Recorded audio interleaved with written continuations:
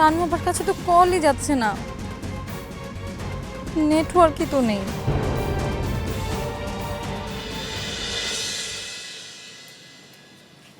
ফরাদ, কি ব্যাপার? তুমি এখনো দাঁড়িয়ে আছো? বিথি এসছে? না। এখনো এলো না? কাছে ভাই আরেকবার ফোন দিয়ে দেখেন না। আহা, চলে আসবে তো, চিন্তা করো না। ঠিক আছে, তবু একবার একটু দেখেন। আচ্ছা ঠিক আছে, দিচ্ছি।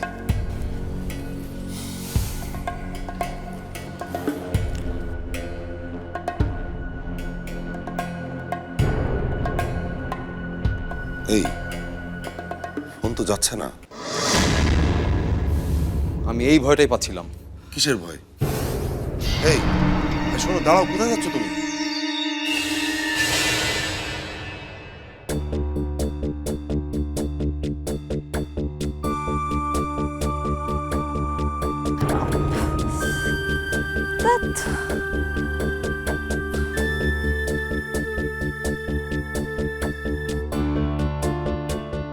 এই যে ভাই, ভাই এখান থেকে ধানমন্ডি কত দূর? জানি না, তবে আপনি যদি যাইতে চান তাহলে সোজা এদিক দিয়ে যায়, ওই মেন রোডে উঠলে আপনি সিএনজি পাবেন, অন্য গাড়ি পাবেন, ওখানে যেতে পারবেন। ঠিক আছে, ধন্যবাদ।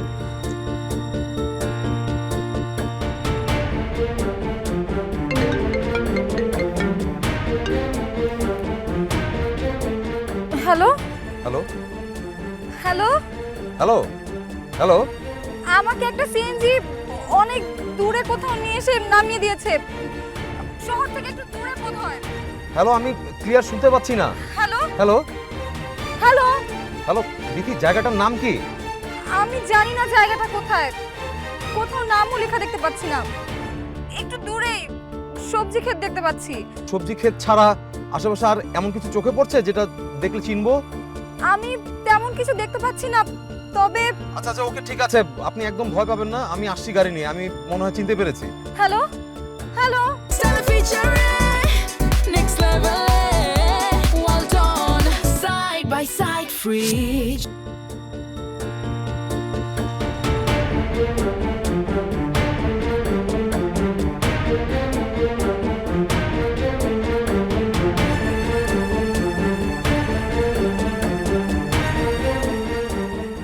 নয়টা বেজে গেছে, এখন কি হবে? পরীক্ষা তো শুরু হয়ে গেছে।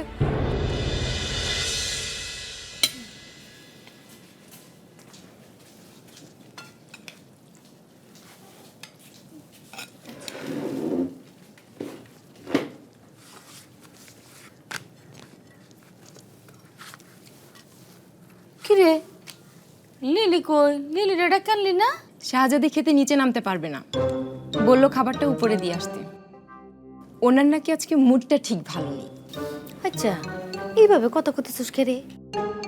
কাইলা মেয়েটা কত কষ্ট পাইছে।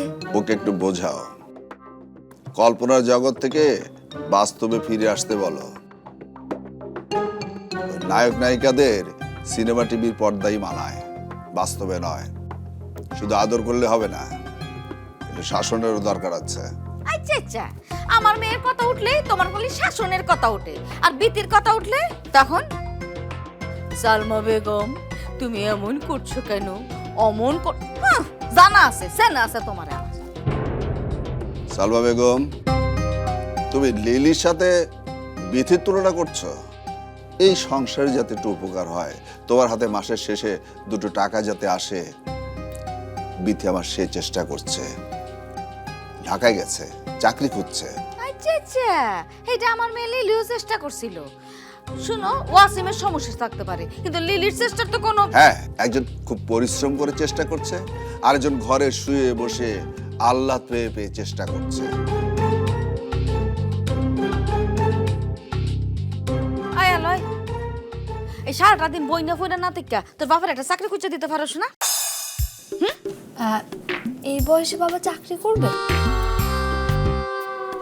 মনে হয় না বাবা আর শিক্ষকের চাকরি পাবে, কিন্তু অন্য চাকরি খুঁজে দেখা যেতে পারে। দে কুলি মজুরি চাকরি হইব, কাজের আবার ছোট বড় কি? বৃত্তির যে চাকরি হইব না, এটা আমার খুব ভালো করে জানা আছে।